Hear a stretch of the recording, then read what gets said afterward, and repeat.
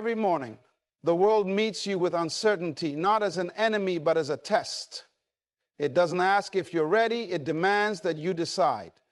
Before the noise, before the emails, before the pressure of a life that rarely slows down, there is a moment, sacred and strategic, where you can choose how to start.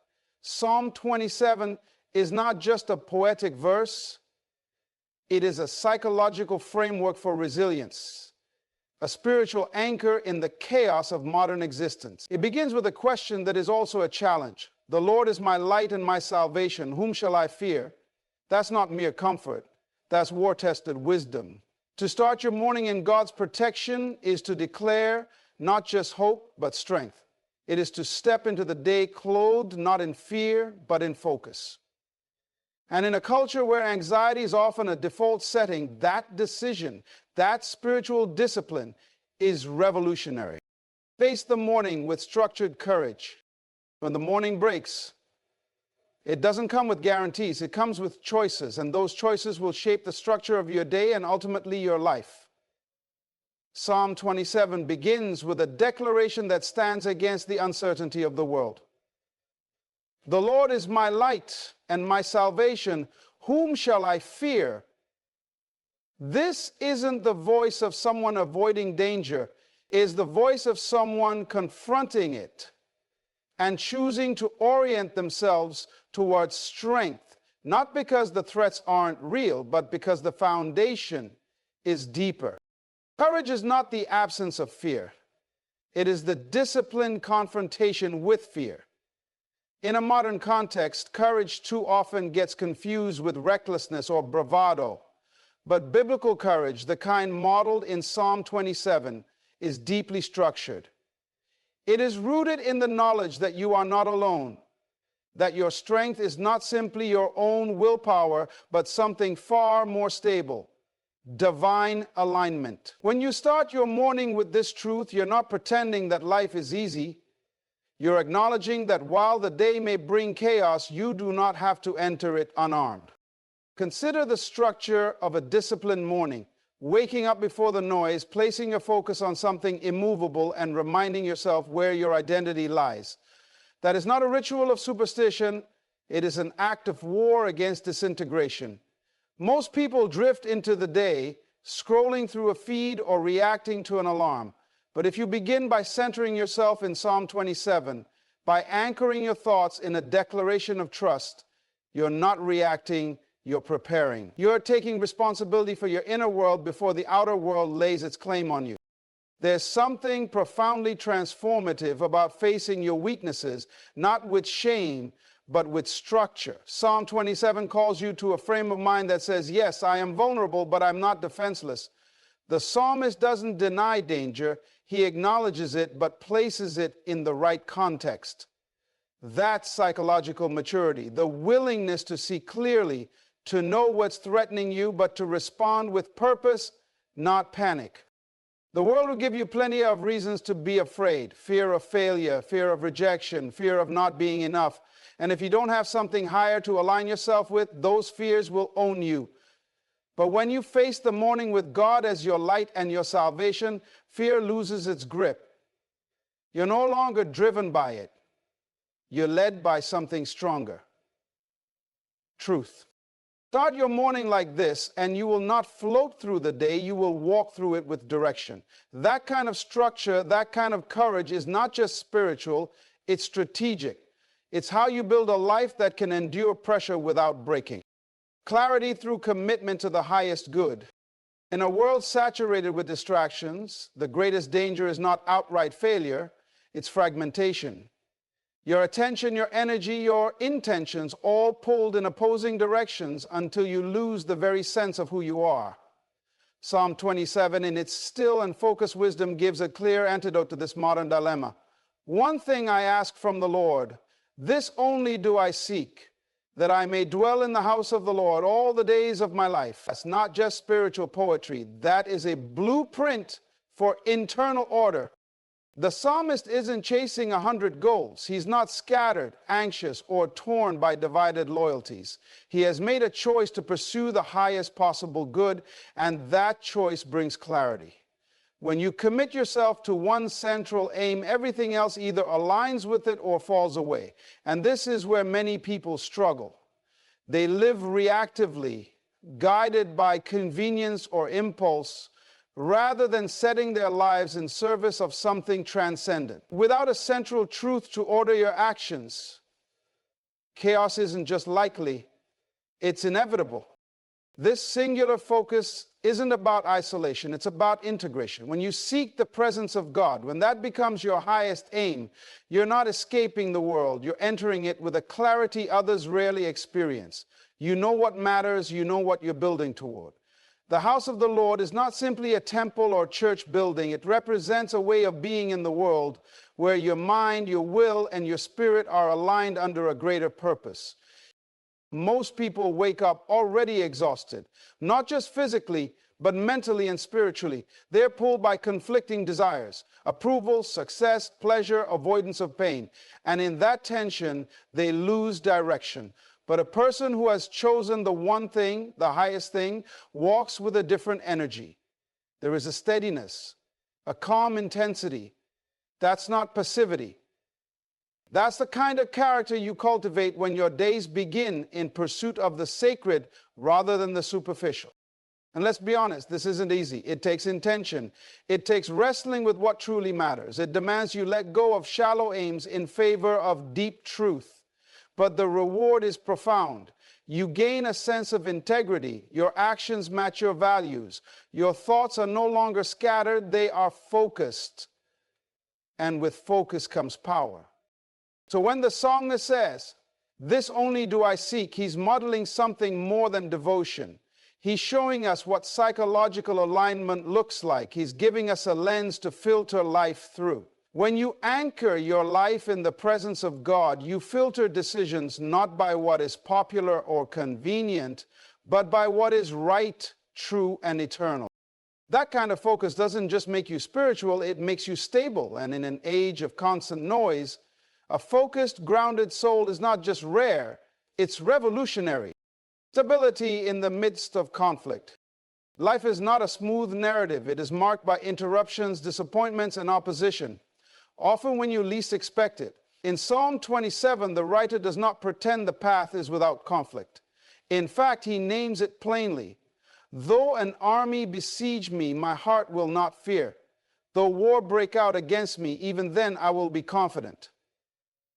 These are not the words of someone sheltered from difficulty. These are the words of someone who has found stability within it. That kind of inner confidence is rare. It doesn't come from denial, and it doesn't come from arrogance.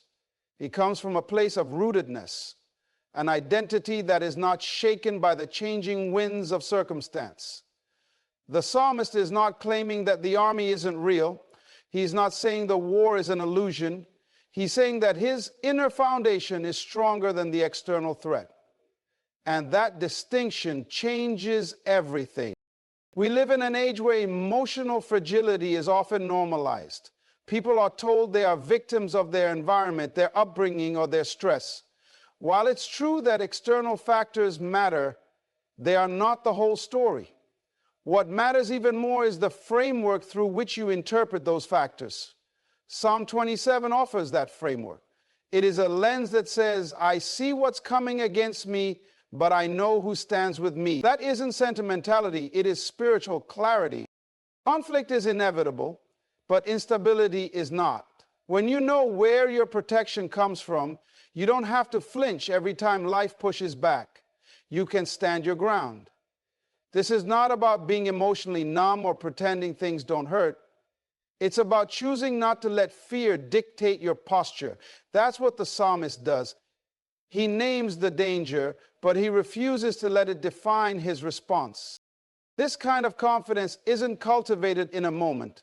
It's developed through discipline, through starting your day with God's promises rather than the world's panic. When you rise in the morning and root yourself in the truth of who God is, you create a buffer between your soul and the storm. Not a wall to keep trouble out, but a foundation that keeps you from collapsing under it. And here's the paradox. The more deeply you anchor yourself in God's presence, the more able you are to confront the world as it really is. You don't need illusions. You don't need control. You need stability. And stability is what Psalm 27 offers, not because the fight goes away, but because fear loses its authority. That kind of steadiness makes you a force in the world, not loud, not aggressive, but immovable. And in times of conflict, it is not the strongest voice that wins, it is the most grounded soul. Seek the presence, not the outcome. There is a temptation in the human heart to reduce God to a means to an end. We want results, quick, visible, tangible. We want our problems solved, our fears calmed, our goals achieved. But Psalm 27 offers a deeper invitation, one that pushes beyond outcomes and into essence. That I may dwell in the house of the Lord all the days of my life, to gaze on the beauty of the Lord and to seek him in his temple. Notice the focus. It's not a list of demands. It's not a plea for circumstances to change. It's a desire for presence. This shift from seeking results to seeking relationship marks the turning point in any real spiritual maturity. It's easy to treat prayer or faith as tools for crisis management, a kind of spiritual insurance policy when life becomes unmanageable. But the psalmist isn't trying to use God, he's trying to be with God, and that is a radically different posture. It doesn't eliminate your needs, but it reorders them. The greatest need becomes communion, not control. Seeking the presence of God is not a withdrawal from the world. It's an alignment with reality at its deepest level. When your life is centered around a person, the living God, rather than an outcome, you gain a type of peace the world can't manufacture. The circumstances may still be difficult, the obstacles may remain, but the internal chaos begins to quiet, not because it's all fixed, but because you are no longer the one holding everything together. This kind of spiritual focus is increasingly rare. We live in a results-driven culture where value is measured in metrics and validation comes through visible success. In that environment, silence feels like wasted time, meditation feels unproductive. But the psalmist points us in another direction. He speaks of dwelling, of gazing, of seeking. These are not passive actions, they are intentional disciplines. They are the habits of someone who understands that presence is not just comforting, it's transformative. And here's the reality. When you start your morning with a pursuit of presence rather than a pursuit of productivity, everything else changes. You don't move through the day trying to force outcomes. You move through the day listening, discerning, responding, not reacting. You develop an internal sensitivity to what is real and right, rather than being pulled by every pressure or urgency. Ironically, when you stop chasing results and start dwelling in presence, you often become more effective in what matters. Why? Because you are no longer driven by anxiety. You are guided by peace. And peace makes you sharp. It makes you calm under fire, wise in decision, and steady in crisis. To seek God's presence is not an escape. It's a strategy. It's how you learn to walk through the world without losing your soul. And in a society that is constantly demanding more of you, the greatest act of resistance may be to sit, to listen, and to dwell. The power of waiting. Active, not passive. We live in a culture that equates waiting with weakness. We're told that progress means movement, that standing still is failure, and that anything uncertain must be forced into clarity. But Psalm 27 closes with a command that defies that logic. Wait for the Lord, be strong and take heart, and wait for the Lord. This is not a passive suggestion, it is a call to courage. Because waiting, real waiting, is not about doing nothing. It's about preparing your soul to move in the right time, not merely the soonest time. Most people confuse waiting with delay. They think it means idleness or resignation, as if to wait is to accept powerlessness. But biblical waiting is something else entirely. It's an active posture of trust. It is choosing to hold your position, to resist premature decisions, and to remain steady until clarity comes. That requires far more strength than frantic action ever will. Anyone can panic. Anyone can act out of fear. But it takes discipline to stay still when your instincts are shouting for control. The psalmist's instruction to take heart is critical here, because waiting often tests not just your patience, but your confidence. It can feel like you've been forgotten, like progress is slipping away, like nothing is happening at all. But the truth is, some of the deepest work God does in us happens in those in-between spaces, where nothing seems to be moving, but everything is being shaped. When you start your morning in that mindset, you shift the rhythm of your whole day. You no longer have to rush decisions just to escape discomfort. You don't have to manufacture peace by forcing outcomes. Instead, you approach the day with a deeper sense of rhythm. You understand that waiting doesn't mean losing time, it often means redeeming it. This kind of waiting is especially powerful because it forms character. It trains your inner world to resist impulse, to question shallow desires, and to hold fast to truth even when emotions waver. And in a world built on instant gratification, that kind of soul formation is nothing short of revolutionary. It prepares you not just to receive what you want, but to become the kind of person who can carry it well. It's also important to understand that waiting isn't passive observance. It's spiritual conditioning. It's prayer. It's reflection. It's showing up to the moment again and again, even when you don't see immediate results. That's not weakness. That's endurance. That's strength under control. So when the psalmist repeats the phrase, wait for the Lord, he's not expressing uncertainty. He's declaring resilience. He's reminding us that hope is not a fragile wish, but a posture of readiness. And when you rise each morning committed to waiting on God, you are not standing still. You are standing firm. Because sometimes the most powerful thing you can do is not to move faster, but to wait better.